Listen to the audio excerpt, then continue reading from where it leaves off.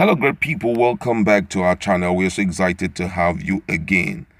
The former governor of Imo State, Ekp0se may be going through one of the most difficult times in his political career, owing to the fact that virtually everything is working against him. Some few minutes ago, we had reported that his properties had been marked for demolition, and he has been given 7 days to take the structure off where it is right now, or else it will be demolished, despite the fact that he had already obtained court orders far back 2019 to stop the demolition of any of his assets. Unfortunately, it's not working out. But right now, what is most trending is the fact that a northern group from Kaduna, it's an amalgamation of different northern groups, they have come up against him severely, and they are employing the Inspector General of Police to ensure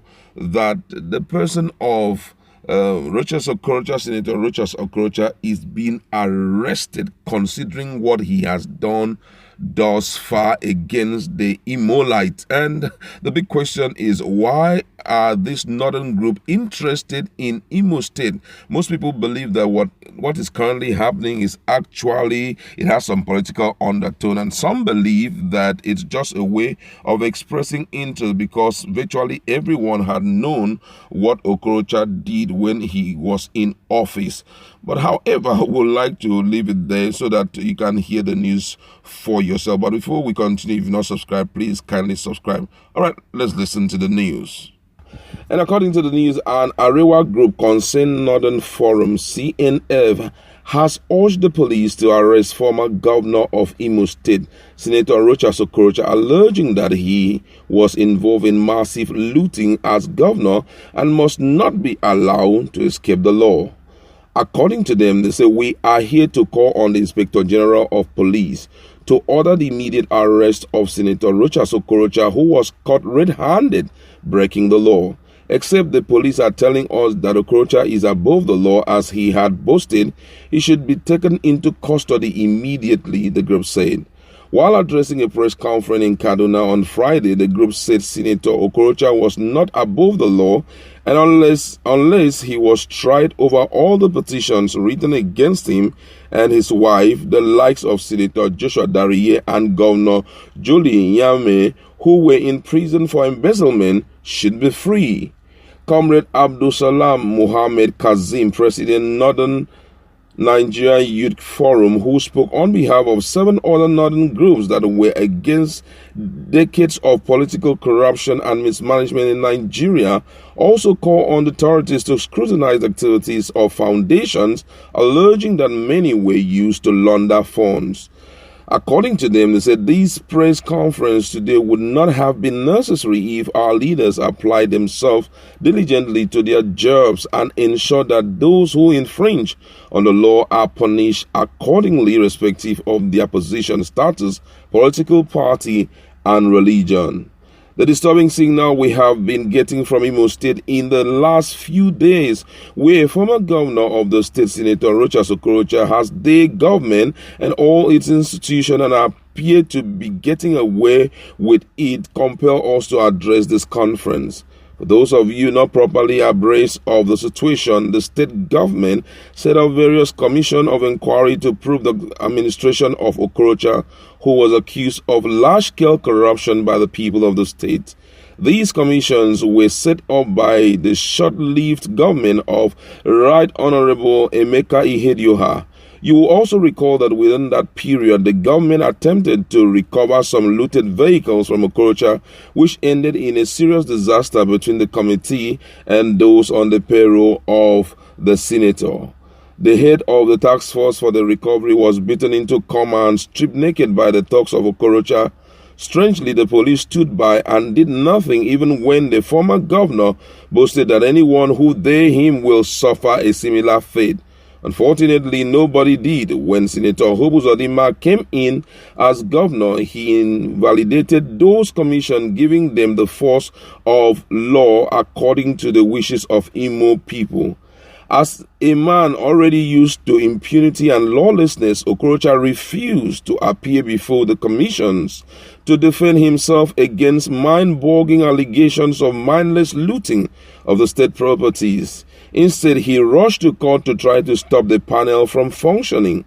When he failed, he decided to run to some powerful stakeholders from within and outside the state. As expected, the governor rejected the satanic appeal of those stakeholders who are not ready to save their people by themselves and immediate families alone. Our as in-depth finding shows beyond reasonable doubt that current governor is a thorough person that is ready to sacrifice himself for his people, providing his actions are within the laws of the land. The recommendation of the panel were properly taken through the rigors of law and subsequently gazetted.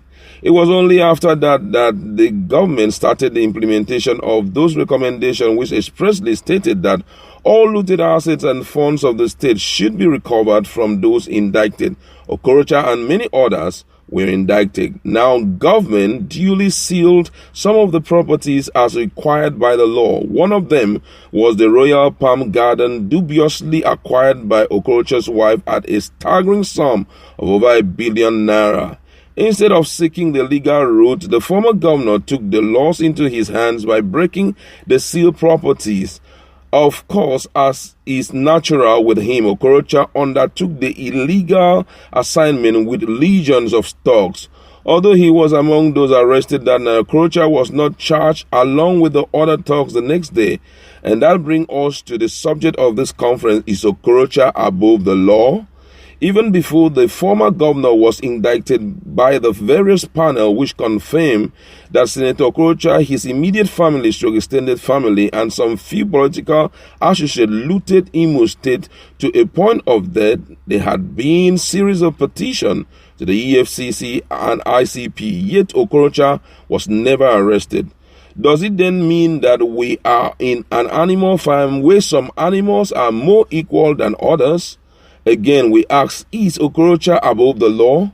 We know that Okorocha has boasted severally that he is richer than Imo State.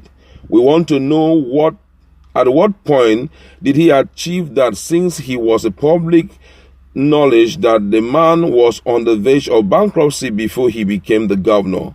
Again, what business was the wife doing that she could build a ₦5 billion estate among other properties? Come to think of it, where did Okorocha's family get ₦20 billion to claim to have funded a university registered under the Imo State government? And what exactly is the source of funding for Rocha's foundation? A dispassionate investigation into these allegations will reveal that Okorocha is the most corrupt politician in the current dispensation, yet he remains untouchable. Why should it be so? Without wasting much of your time, we are here to call on the Inspector General of Police to order the immediate arrest of Senator Rochas Okorocha, who was caught red-handed breaking the law. Except the police are telling us that Okorocha is above the law as he had boasted, he should be taken into custody immediately. Similarly, we are urging the newly appointed chairman of EFCC, Abdul Rashid Bawa, to reopen investigations into the myriads of allegations against Okorocha. The people of Imo State are daily weeping, bemoaning their fate in the hands of this tyrant who, after whipping them, does not want them to cry. We have not lost faith in the ability of the police and EFCC to carry out their jobs effectively. We can also not accuse them of selective application of the law. Two former governors from the north are serving sentences for corruption. So why is Rochas Okorocha still a free man? This is the big question begging for answers. Others at the press conference were Kabiru Yusuf, Soba President, Arewa Youth Consultative Movement, Yahaya Salisu, President, Hausa Youth Council Worldwide, Simeon Tena, President, Tiv Youth Peace Initiative, Mohammed Salisu Danlami, Speaker, Arewa Youth Assembly, Aisha Maikano, President, Kugia Matan Arewa Umar Sani Jada, Speaker for Full Day Youth Assembly, and Idris Guga, President, Northern Anti-Corruption ambassadors. Wow, that was a long one, but the shocking aspect is, why is it the Northerners that are expressing this interest as if there are no corrupt leaders in the North? But however, I would like to leave it there. Go to our comment section, let's interact. What do you think about this write-up by these people? Do you think that there is some political undertone behind the write-up, or it is just a sincere interest in solving the problem of corruption in the country? Let's interact in our